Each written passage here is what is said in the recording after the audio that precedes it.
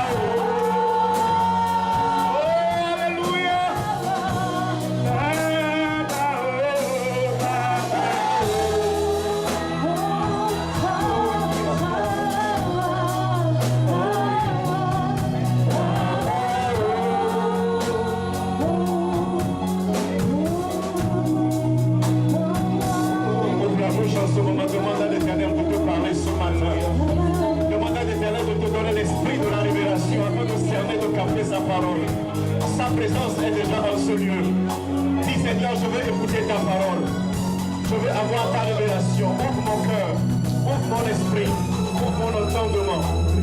Seigneur Dieu, ne me dépasse pas aujourd'hui. J'aimerais te comprendre. Ouvre la bouche ce matin. Demande au Saint-Esprit de t'illuminer. Demande-lui de t'illuminer. D'ouvrir les portes de ton cœur afin de saisir la parole de l'Éternel. Sa présence est déjà en ce lieu. Son esprit est riche ici. Il est prêt pour te bénir. Sois prêt pour l'accueillir. Sois prêt pour le recevoir. Kabo Shabbat Kapaya. Que ta pluie descende sur nous, Éternel. Manifeste ton nom. Manifeste ta gloire. Dans le nom de notre Seigneur Jésus-Christ. Alléluia. Amen. Seigneur, Herr, wir danken dir für diesen wunderbaren Moment. nous te disons merci pour ta parole. Wir sagen dir danke für dein Wort. Car avant tout était ta parole. Et ta parole est vie. Et ta parole est comme toi. Rien ne peut s'accomplir sans ta parole.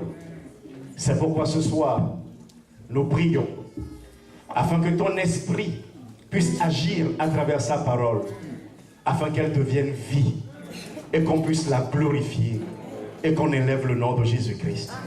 Amen. Alléluia. Asseyons-nous tous dans la présence de Dieu. Vous avez la gloire de l'Éternel resplendit sur votre visage. Amen. Excusez-moi, je vais prendre mon téléphone, comme ça je vais voir le matin. Der Herr hat mich ausgewählt, um das Wort mit euch zu teilen. Parce que c'est le dernier culte de dimanche de l'année. Weil das ist der letzte Gottesdienst dieses Et Jahres. c'est beaucoup d'églises qui se rassemblent. Und viele Gemeinden sind gemeinsam gekommen. Donc le jour même où j'ai reçu cette nouvelle, An dem Tag, wo ich diese Nachricht empfangen habe, instantanément, sofort j'ai entendu dans mon cœur le mot Samuel.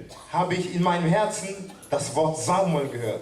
Je me suis dit, Seigneur, qu'est-ce que ça veut dire Samuel? Ich habe gesagt, Herr, was heißt Samuel? Alors je suis parti dans le livre de Samuel Dann bin ich in den Buch Samuel gegangen, pour voir ce que l'Éternel voulait me dire. zu sehen, was der Herr mir sagen wollte. Donc aujourd'hui, j'aimerais dire que j'ai un message de Dieu Heute möchte ich sagen, ich habe eine Botschaft Gottes pour l'église de Dieu. für die Gemeinde Gottes. Donc si tu sais que tu fais part de l'église de Wenn Dieu, du weißt, dass du Teil von Gottes Gemeinde bist, connecte-toi à cette parole parce que Dieu veut te parler. binde dich mit diesem Wort, denn Gott möchte zu dir sprechen. Alléluia. Amen. Est-ce qu'on peut ouvrir rapidement nos Können Bibles wir à schnell unsere Bibel öffnen? le premier livre de Samuel Erste Buch Samuel, au chapitre 2, Kapitel 2. Erste Buch Samuel, Kapitel 2. au chapitre 2.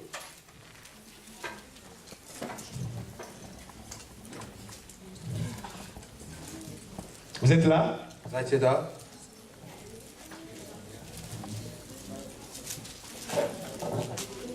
Erste Samuel, Kapitel 2.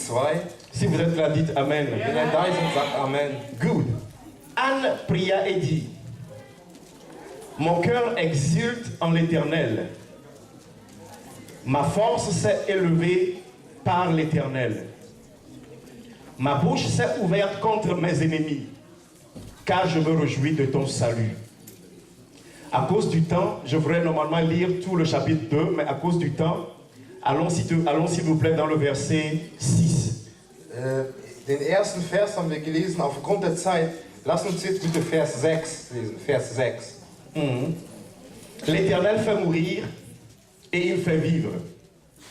Il fait descendre au séjour des morts et il en fait remonter. Der Herr tötet und macht lebendig, führt ins Totenreich und wieder heraus. L'Éternel appauvrit et il enrichit. Vers 7. Der Herr macht arm und macht reich. Il abaisse et il élève. Er erniedrigt und er erhöht. De la poussière, il redresse l'indigent. Er erhebt den Dürftigen aus dem Staub. Du fumier, il relève le pauvre. Und dem Armen erhöht er aus dem Schmutz, Pour les faire siéger avec les notables. indem er ihn unter die Fürsten setzt Et il leur donne en héritage un trône de gloire. und den Thron der Ehre erben lässt. Car à l'Éternel sont les colonnes de la terre. Et c'est sur elles qu'il en a posé le monde. Denn die Grundfesten der Welt gehören dem Herrn Und er hat den Erdkreis darauf gesetzt. Amen.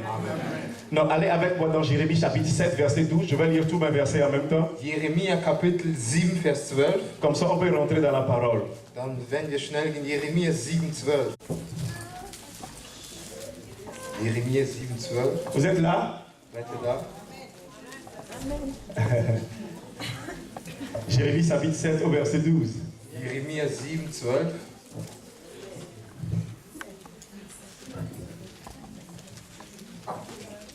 Allez donc plutôt à mon lieu saint, à Silo, où j'avais d'abord fait demeurer mon nom.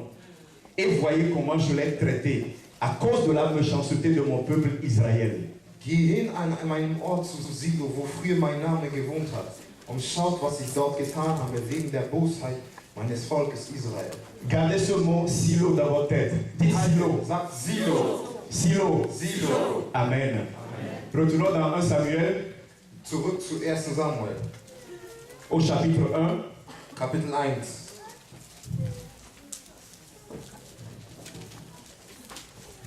Vous êtes là? Seid ihr da? Dites Amen. Good.